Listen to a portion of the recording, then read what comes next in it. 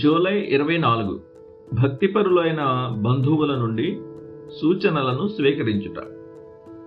నీ కుటుంబంలో గనుక ఒక్క పరిశుద్ధుడైన అనగా భక్తిగల వ్యక్తి ఉంటే, శ్రమల కాలంలో అతడు ఎలా ప్రవర్తిస్తున్నాడో, దేవుణ్ణి ఎలా ఆరాధించి ఆయన కనికరాలను పొందుకుంటున్నాడో గమనించి అతని నుండి నువ్వు ఏమి నేర్చుకోగలవో చూడుము.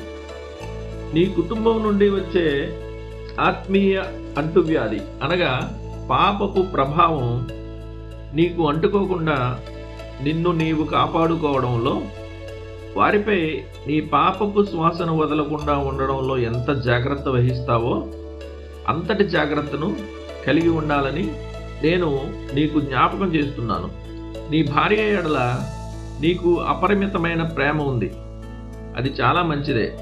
కానీ ఆమె తన చేతితో నీకు అందించినప్పుడు ఆ ప్రేమ వల్ల శోధన అనే పండు నీకు మరింత ఆకర్షణీయంగా మారకుండా చూసుకో. ఒకవేళ నువ్వు ఆమె నిమిత్తం పాపం చేస్తే నిన్ను నువ్వు తక్కువగా ప్రేమించుకున్న వాడివవుతావు. అలాగే దేవుణ్ణి కూడా తక్కువగా ప్రేమించిన వాడబవుతావు.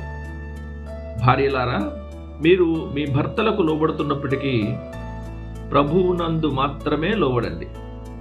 అంతేగాని క్రమాన్ని తిరగేసి మొదటి ఆజ్ఞ కంటే ముందుగా 7వ ఆజ్ఞను ఉంచకండి. మీ భర్తకు లోబడడానికి ముందే దేవునికి లోబడండి. ఈ క్రమంలో నీ ఆత్మను నువ్వు ఇలా ప్రశ్నించుకోవలసి రావచ్చు: నా భర్త కోరికలకు లోబడేటప్పుడు దేవుని ఆజ్ఞను మీరకుండా ఉండడం నాకు సాధ్యమేనా? వ్యాపార వ్యవహారాలలో మనం ఇప్పటికే చెల్లించవలసి ఉన్న అన్నింటికంటే పెద్ద రుణాలను మొదట చెల్లిస్తాం. మరి నువ్వు ఎవరికి ఎక్కువ రుణపడి ఉన్నావు? దేవునికా లేక నీ జీవిత భాగస్వామికా? దేవుని సహవాసంలో నీ బంధువులతో కలిసి నువ్వు ప్రయాణించగలిగినంత దూరమే ప్రయాణించు. ఆ పరిధిని దాటి ముందుకు వెళ్ళకు.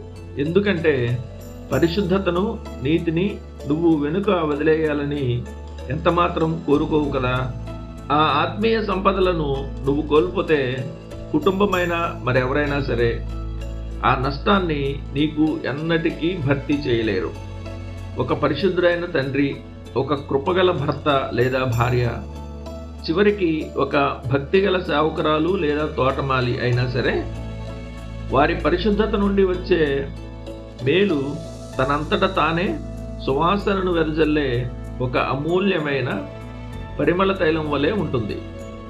క్రైస్తవుడా, నీ కుటుంబంలో గనక ఒక్క పరిశుద్ధుడైన వ్యక్తి ఉంటే, శ్రమల కాలంలో అతడు ఎలా ప్రవర్తిస్తున్నాడో, దేవుణ్ణి ఎలా ఆరాధించి ఆయన కనికరాలను పొందుకుంటున్నాడో, అతడు తన అనుదిన జీవితాన్ని ఏ విధంగా నిర్దేశించుకుంటున్నాడో గమనించి అతని నుండి నువ్వు ఏమి నేర్చుకోగలవో చూడు. ఎలీషా ప్రవక్త ఆ విధవరాలితో ఆమె ఇంట్లోని నూనె కుండ నుండి ప్రవహించే నూనెను పట్టుకోవడానికి తాను సేకరించగలిగిన లేదా అప్పుగా తెచ్చుకోగలిగిన పాత్రలన్నింటినీ తీసుకురమ్మని చెప్పాడు. రాజులు 2వ గ్రంథము 4:3. కృపలో బలహీనంగా ఉన్నవారు తమ భక్తిపరులైన బంధువుల పెదవుల నుండి, జీవితాల నుండి జాలువారే ఆత్మీయ కృప అనే పవిత్ర నూనెను తప్పకుండా సద్వినియోగం చేసుకోవాలి.